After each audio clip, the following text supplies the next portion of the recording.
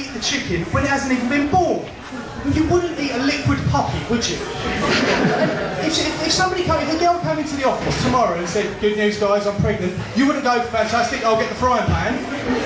What's it about? It's the chicken. I've got a few friends now, so I'm at the age where, you know, my friends are now starting to have babies, and, you know, they're now, you know, onto their 5th or 6th kid, Mitchum, remember?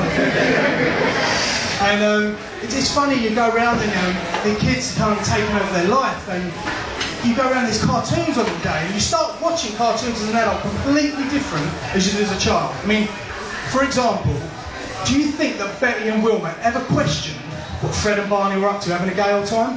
Think about it. And also the Smurfs, 100 male Smurfs and 1 female. So when does she look tired all the time? But I mean, what I'd like to do right now, if you don't mind, is have a bit of audience interaction. I'd like to ask the girls a question. So ladies, is that okay? The clue was interaction. This is going to be difficult, isn't it? Girls, can we have a bit of interaction? Is that alright? Fantastic. Now, girls, what I'm going to ask, I need you to be honest, you know. And when I say honest, I don't want you to be that honest where you kind of try and be nice about it. You know that honest where if you try and set up one of your male friends with a female friend, and the guy will say, "Alright, what's she like?" and you reply with, "She's got a lovely personality." We ain't stupid, we know that's code for ugly. Right? If you said, and I tell you what, if you really want to get your mate a date, just say she's a slut. We don't care what she looks like. We'll be all over it. So, honesty, yeah? We're all in agreement? Yeah. Girls, does size matter? Yes. I knew it. That's why I've got myself a blind girlfriend. She's not blind, she's just gullible. But I'm in a relationship, and I'm really, you know, I'm one of these guys. I'm very happy to be in a relationship. And, you know, apart from the fact that obviously I love my girlfriend. She's over there. She's going to do me later. Obviously, you know, apart from the fact, it's because I'm no good with women. You know, I'm absolutely useless. Like, I'll go to a club, you know, when I was single, and I'll be standing there, and, you know, I might look over and I'll catch the attention of a girl's eye at the bar. Now, when I'm looking over there, she might, you know, the flirting starts, the eyes, the smile. I turn it into a bit of like a Mission Impossible, like I'm on a secret mission or something. Like, I'll look over and I'll be like, "I've noticed, that's the notice." Then she'll smile. Now, with girls, they notice small things, and a smile can be very important. You can make or break the thing. Now, I'm one of these guys that I kind of get a bit awkward in that situation, so I'm like, if I have a picture taken of me and it's a natural pose, I will look at that picture and go, "I look right," and I'll try and recreate it. But you can never recreate that pose, can you? So my smile turns into a bit of a weird gurning type thing, which I'll be like...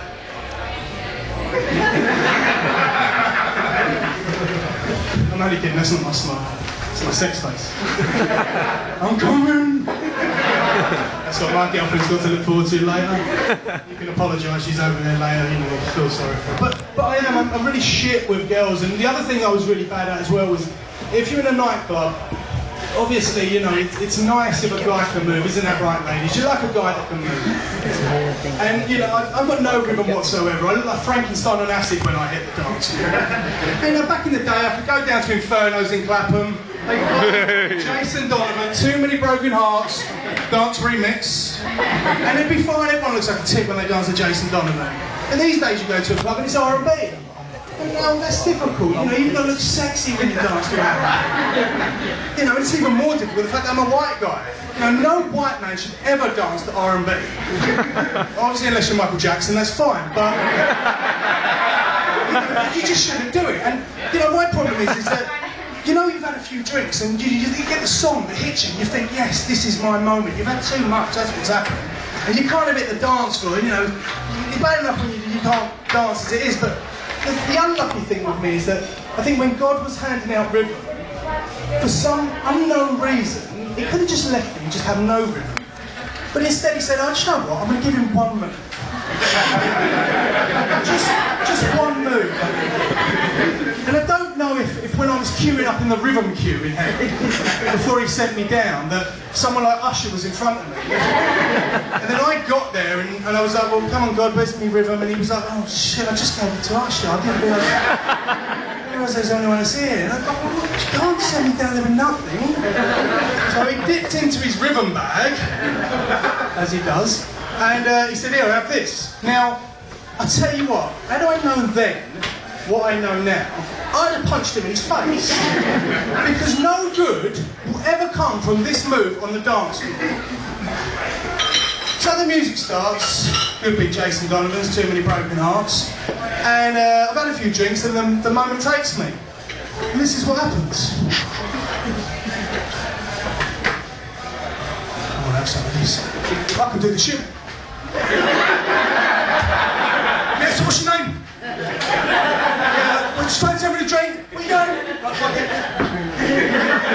Imagine this for 4 hours. All fucking night.